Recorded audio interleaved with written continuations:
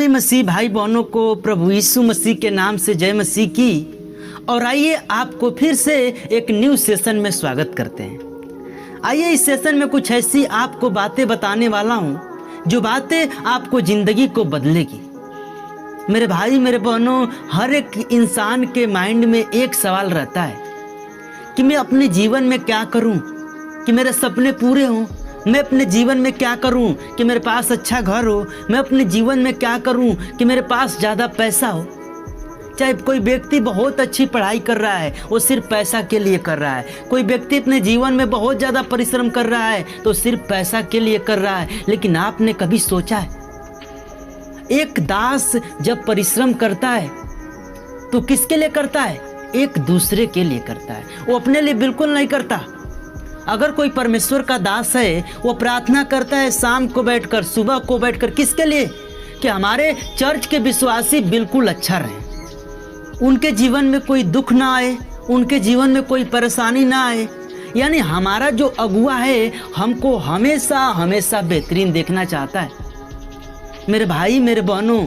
और वही अगुआ अपने तो स्वर्ग में जाता है लेकिन अपने विश्वासियों को भी स्वर्ग में लेकर जाता है। किस लिए जाता है? उस पर परमेश्वर का अनुग्रह होता है।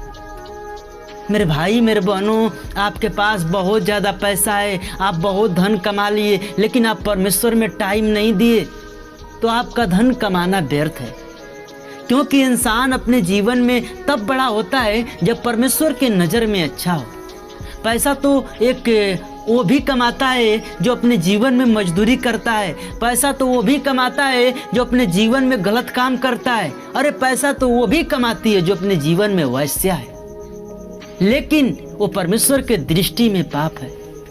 मेरे भाई मेरे बहनों, एक सही रास्ता, एक सही दिशा हमको परमेश्वर दिखाता है चलने के लिए। अगर उस पर चलोगे तो आपको धन भी मिलेगा और आपको जीवन में स्वर्ग भी मिलेगा।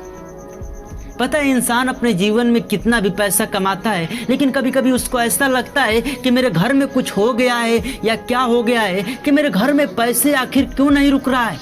इसके 3 रीजन होते हैं। सबसे नंबर 1, वो व्यक्ति क्या करता है? पैसा तो कमाता है लेकिन उसका पैसा रुकने का सबसे पहला कारण होता है कि वो अपनी ज़िंदगी में परमेश्वर को दशमांश नहीं देता है। वो परमेश्वर की दृष्टि में पाप करता है। और दूसरा जो चीज़ होता है कि वो पैसा तो कमाता है लेकिन पैसा का कद्र नहीं करता है। पता है, बहुत सारे लोग ऐसे हैं जो एक दिन में लगभग बहुत पैसे कमाते हैं लेकिन आधा से अधिक वो दाख मधु पीने में ख़त्म कर देते हैं। यानी वो व्यक्ति पैसा किस लिए कमाता है? पाप करने के लिए। मेरे भाई मेरे बहनों, मैं यही सिखाना चाहता हूँ, मैं यही बताना चाहता हूँ इस मैसेज से कि आपको बदलना होगा।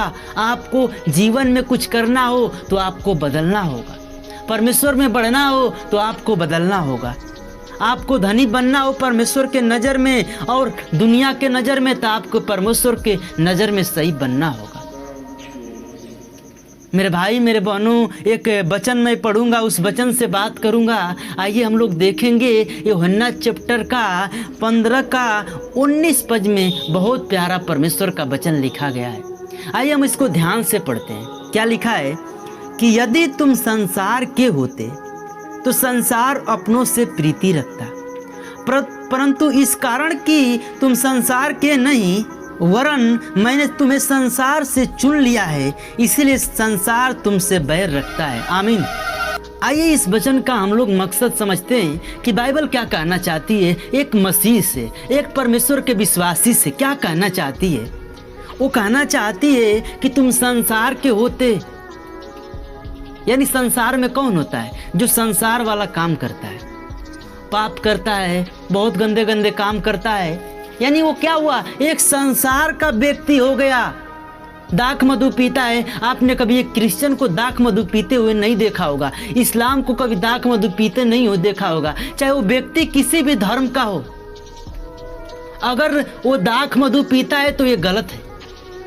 मेरे भाई मेरे बहनों, हम यही बताना चाहते हैं, ये मैसेज सिर्फ मसीह को मैं देना चाहता हूँ कि आप अपने जीवन में वो काम करिए जो परमेश्वर का भूख था, वो काम करिए जो परमेश्वर का प्यास था। और अगर ये वीडियो कोई ऐसा व्यक्ति देख रहा है जो परमेश्वर पर विश्वास नहीं करता, तो मैं आपसे एक बात कहना चाहता हूँ कि आपका बगल वाला कहता है कि चर्च में मत जाओ, वहाँ ये होता है वो होता है, लेकिन नहीं, आपको इतना ज्ञान है कि क्या गलत है क्या सही है, आप उसका पहचान कर सकते हो। मेरे भाई मेरे बहनों, हमको ये चीज़ कहने में बहुत गर्व होता है कि मैं एक क्रिश्चियन हूँ, मैं एक प्रभु का बेटा हूँ। मेरे भाई मेरे बहनों, जब यीशु मसीह इस धरती पे आया तो कोई जाति कोई धर्म नहीं बनाया, उसने एक जीवन बनाया, जीवन दिया। हर एक इंसान अपने जीवन में परमेश्वर में जब बढ़ता है तो परमेश्वर को बहुत धन्यवादी देता है, लेकिन जब घटने लगता है ना तो परमेश्वर को धन्यवादी देना कम कर देता है। लेकिन बेस्ट वो होता है जो घटते वक्त भी परमेश्वर को धन्य कहे। उसको परमेश्वर इतना आगे लेकर जाएगा कि वो अपने जिंदगी में वो दिन देखेगा जो दिन उसके जिंदगी में देखना चाहता है। मेरे भाई मेरे बहनों, आज के इस मैसेज को मैं यही क्लोज करूंगा, लेकिन जाते जाते एक बात जरूर कहूंगा कि देखिए, आपको अपने जीवन में कुछ करना है, आगे बढ़ना है, तो आपके हर एक परमेश्वर के वचन को सुनना होगा, हर एक परमेश्वर के वचन पर चलना होगा, और आपको जीवन में परमेश्वर के आज्ञा अनुसार संसार के सदृश नहीं बनना होगा। आपको जीसस क्या कहता है, बाइबल क्या कहती है, यही आपको जीवन में लागू करना होगा, तब जाके आप परमेश्वर में बढ़ेंगे और परमेश्वर आपको आशीषित करेगा। तो मिलते हैं नेक्स्ट वीडियो में, तब तक सभी मसीह भाई बहनों को यीशु के नाम से जय मसीह की, और परमेश्वर आपको बहुत बहुत आशीष दे इस वचन के द्वारा। तब तक के लिए आमीन।